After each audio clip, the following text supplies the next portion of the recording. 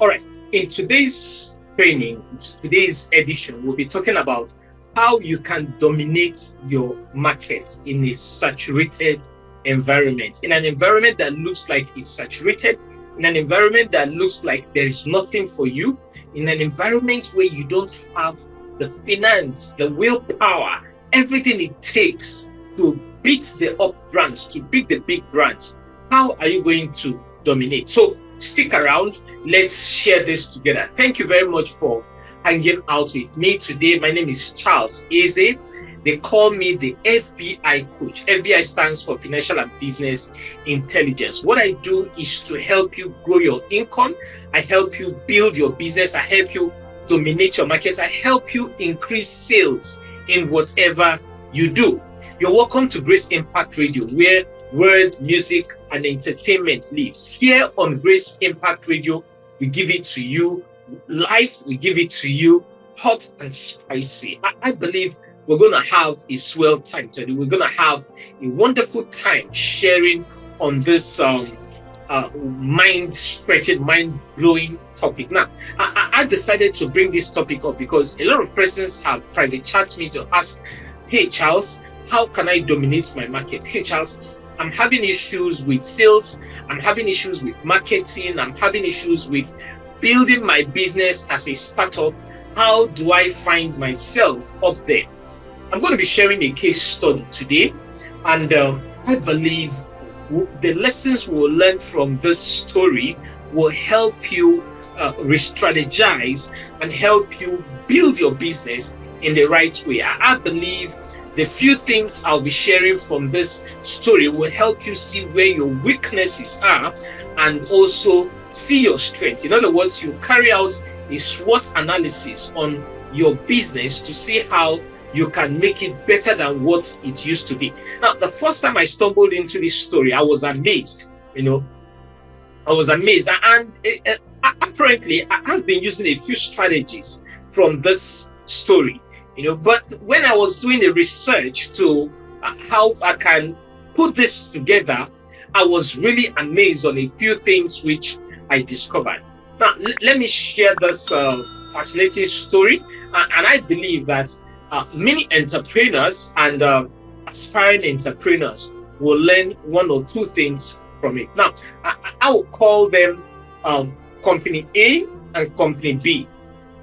For the sake of ethics, I'm not going to mention their name, but I'll call them Company A and Company B. Now, Company B wanted to break into a market dominated by Company A. And this Company A has a premium brand called Top Notch. That's the name of their premium brand. And Top Notch was perceived as high quality.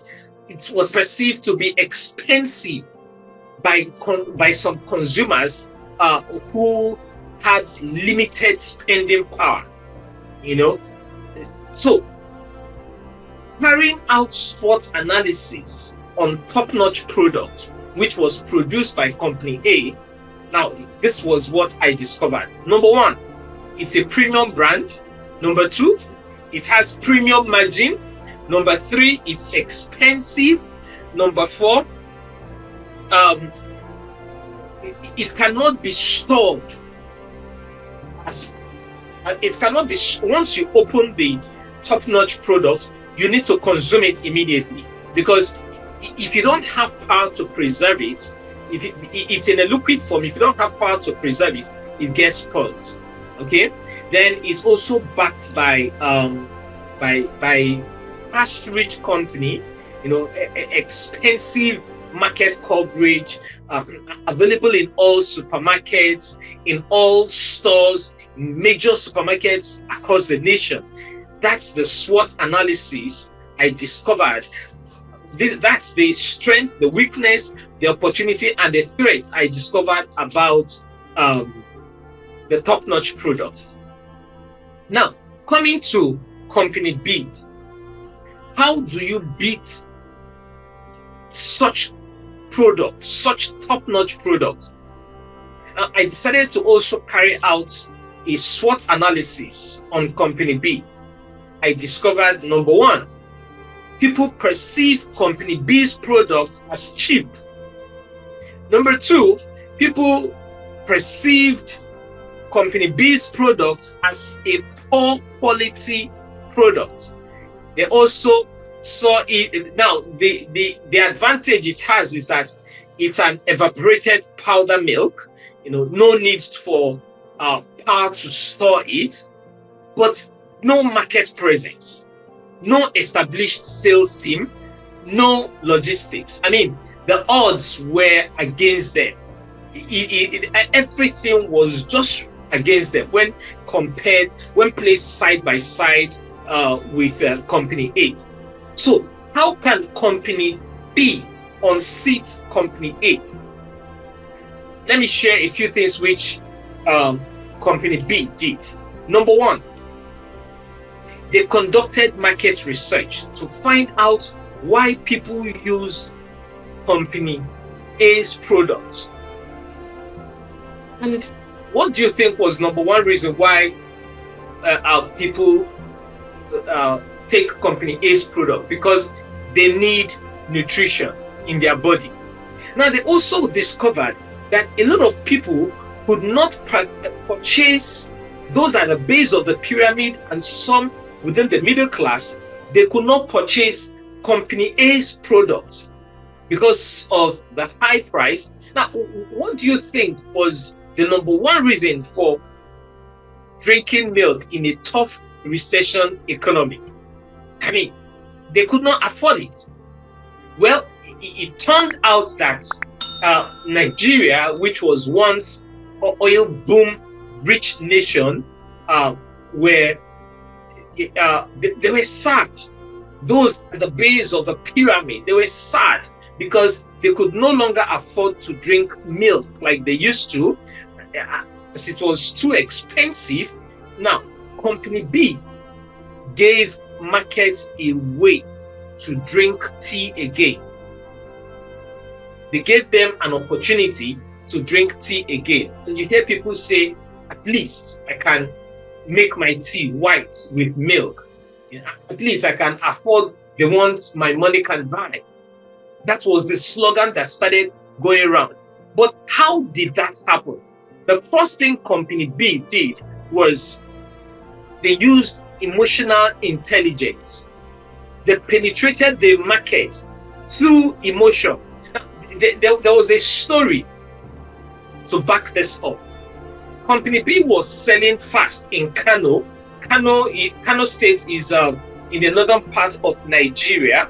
Okay, so company B's product was selling fast in that region, and they were selling to the people called Meshai.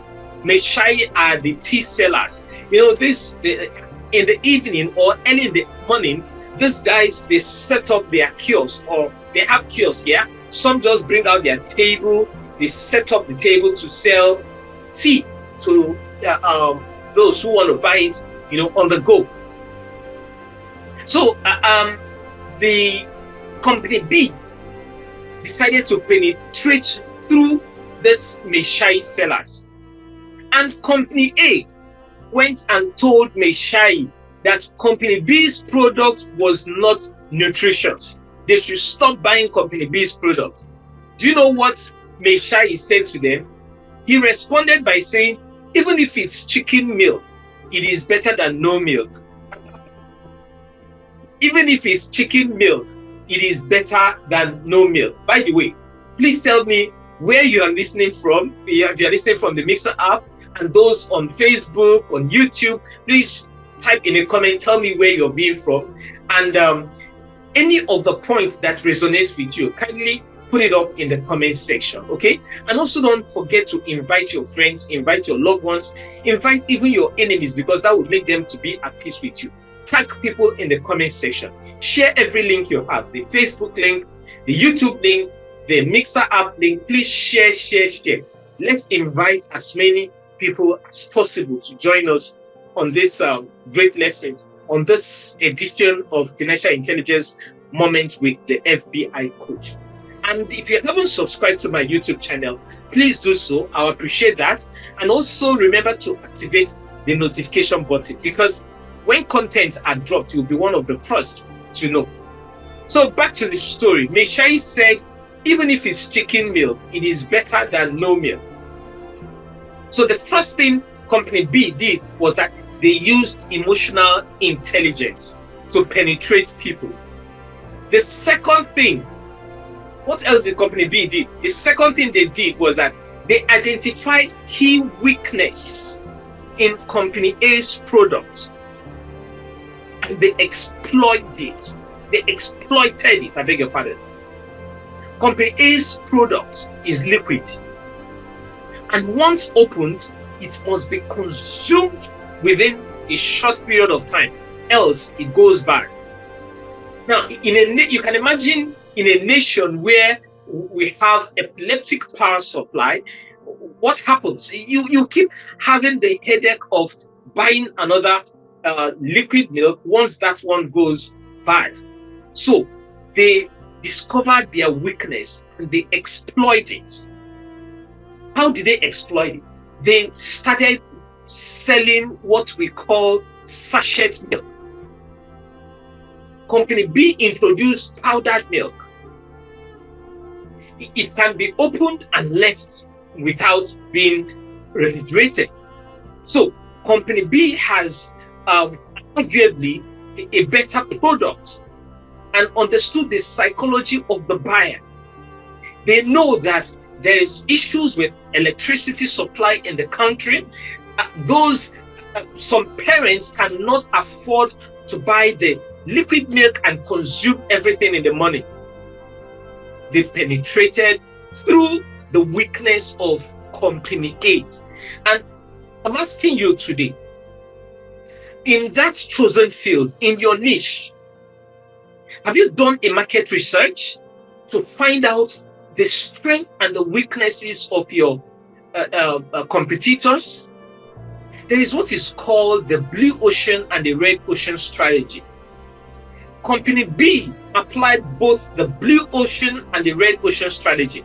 Well, red ocean strategy doesn't really work in our world today. Instead, you apply the blue ocean strategy. That I'll still explain all this before our time is over. So they exploited that weakness which Company A had, because they come to understand the psychology of the buyer.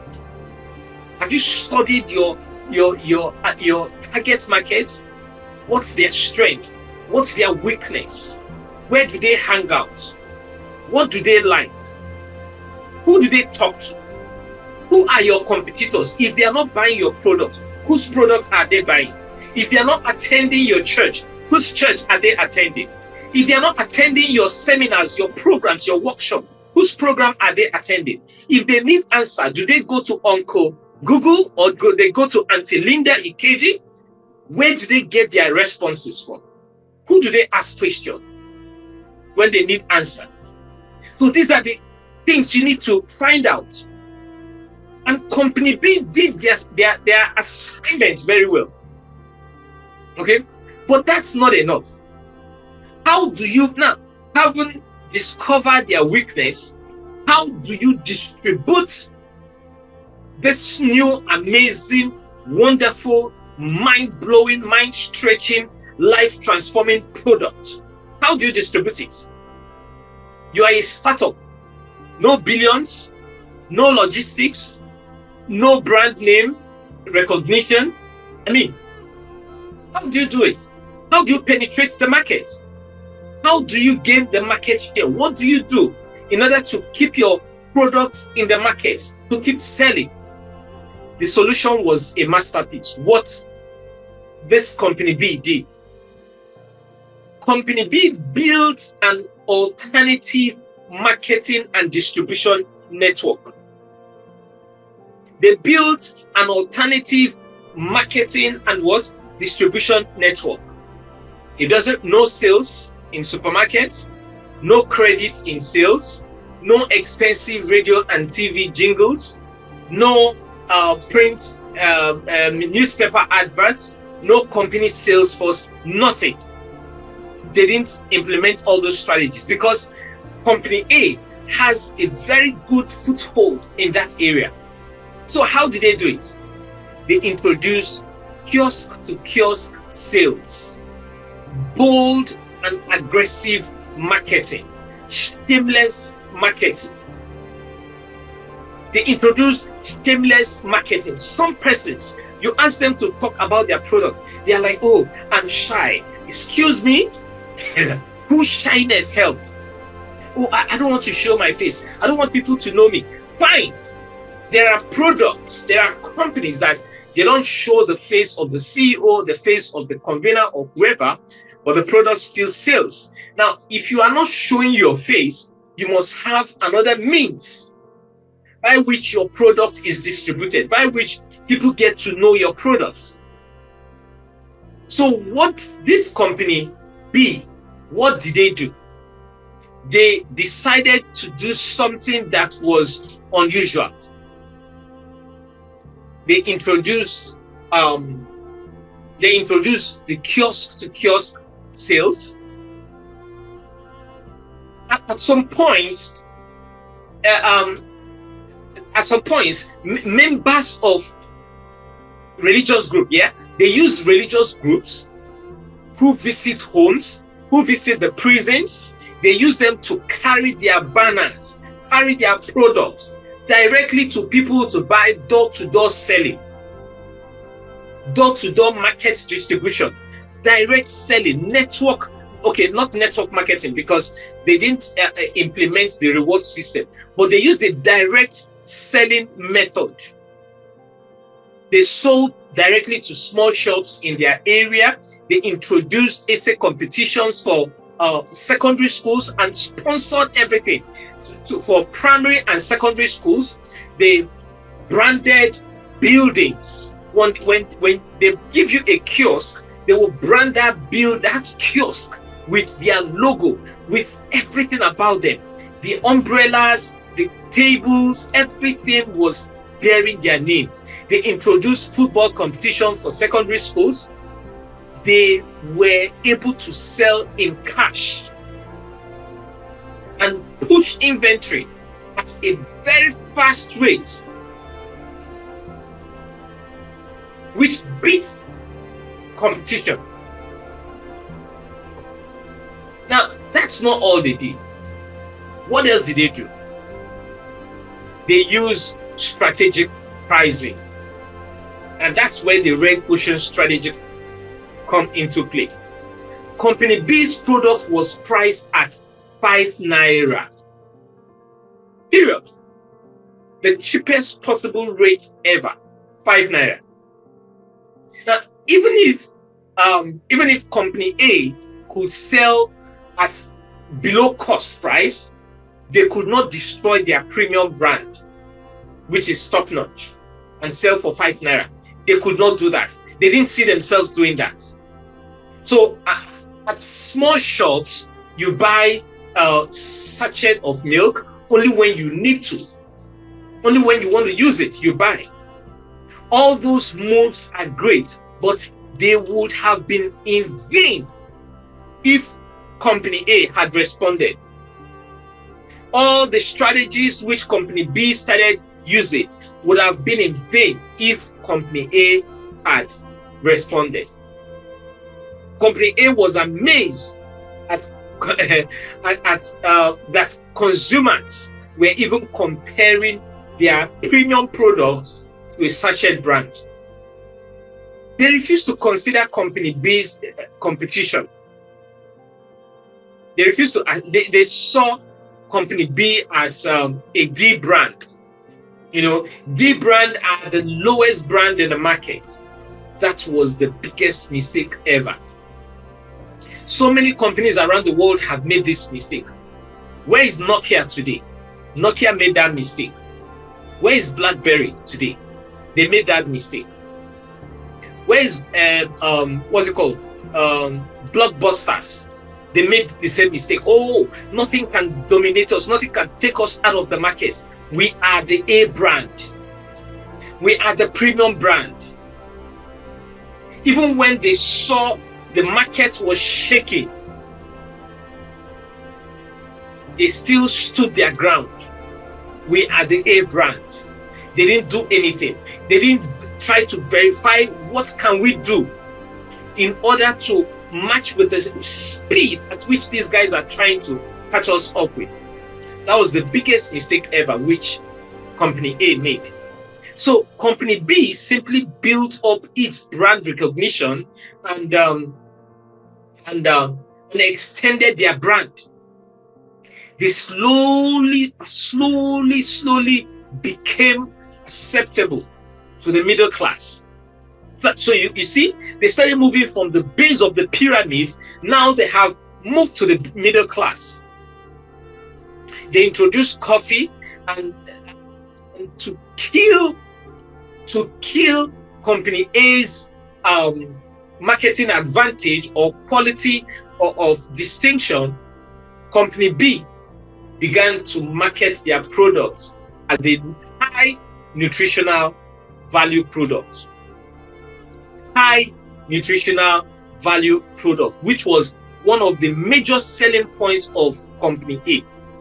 So Company B used that strategy, and those at the middle class started accepting it. They started buying into it. Company B gained the market share. Eventually, Company B became recognized brand in Nigeria. They gained the blue chip status. That was the height of their breakthrough, because that blue chip status gave their brand a nationwide recognition. They had beaten their Goliath. At this point, Company A was forced to respond. They started satirizing their product as well, which became imitation. You know, like we say that imitation is the best compliment. But what happened earlier? Why didn't they respond? Up to today, I still ask that question. Why didn't they respond when they saw the frost at which these guys were coming? I remember when we were growing up, there was this detergent in the market then, produced by Company A, and another company, Company B, came into the market. They wanted to take over the detergent market, but guess what?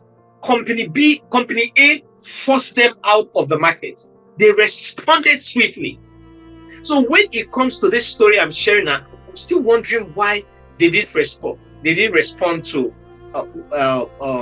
their speed, because as far as I'm concerned, these guys came with speed. Now, in effect, they were now responding to Company B's strategy instead of dictating the pace. It became damage control.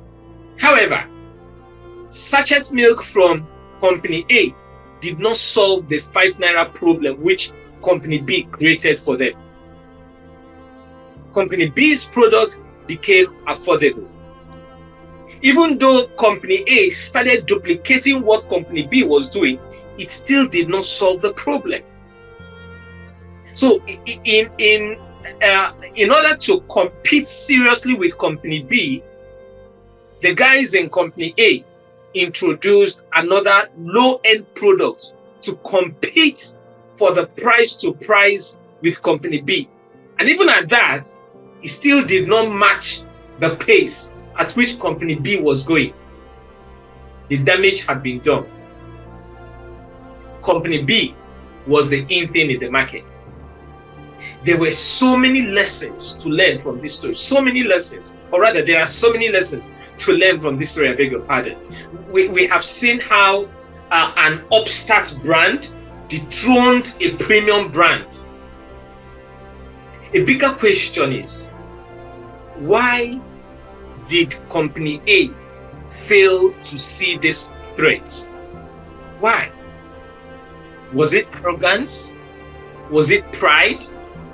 Was it managerial lack of vision? What do you think? Please share with me in the comment section. What do you think happened? Why did Company A miss this?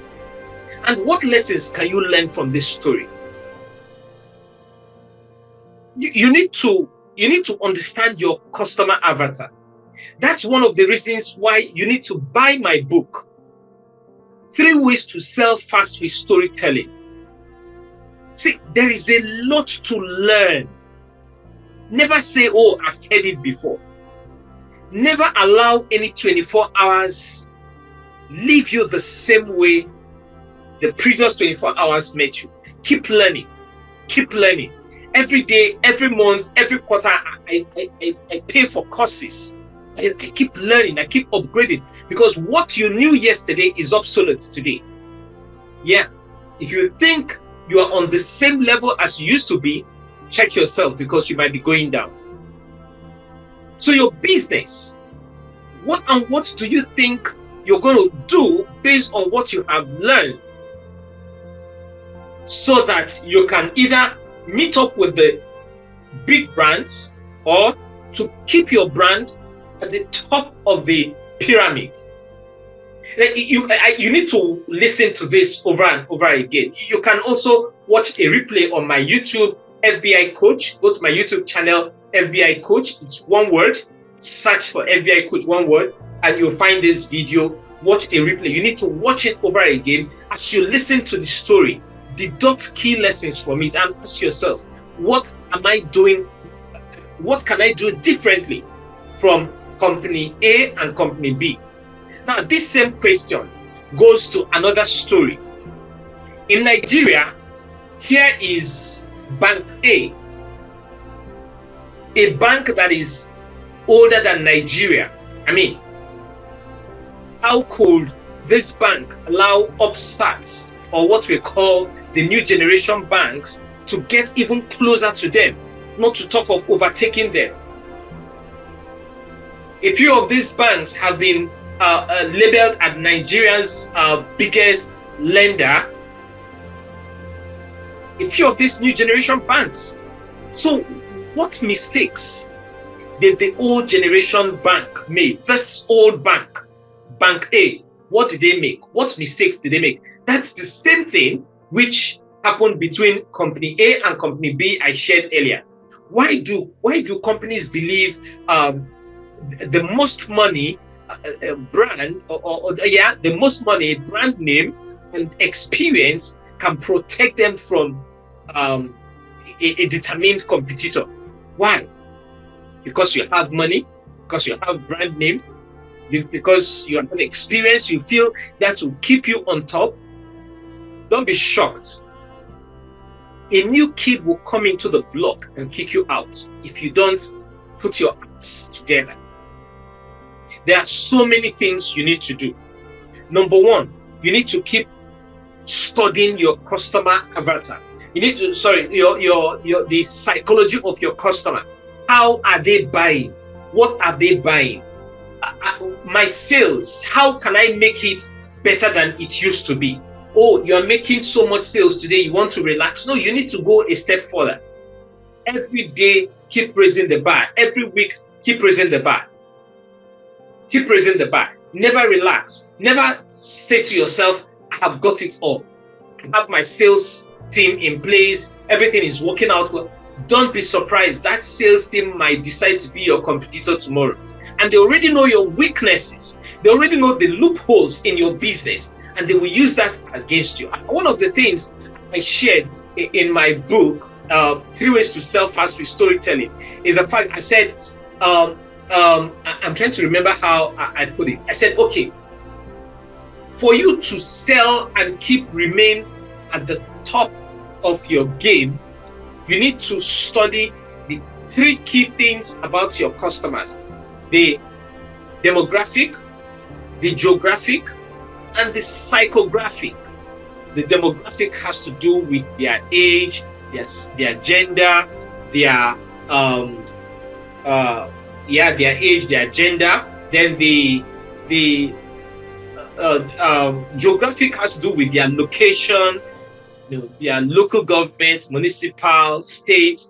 Then the psychographic has to do with their values, their aspirations, their affiliations, political affiliations, religious affiliations. You need to study all this. There's a process. And to wrap it all, I want to shock you that this book comes with with a workbook. The workbook will help you fine-tune what you have learned. The workbook will help you think as though the box does not exist. You don't want to miss this book.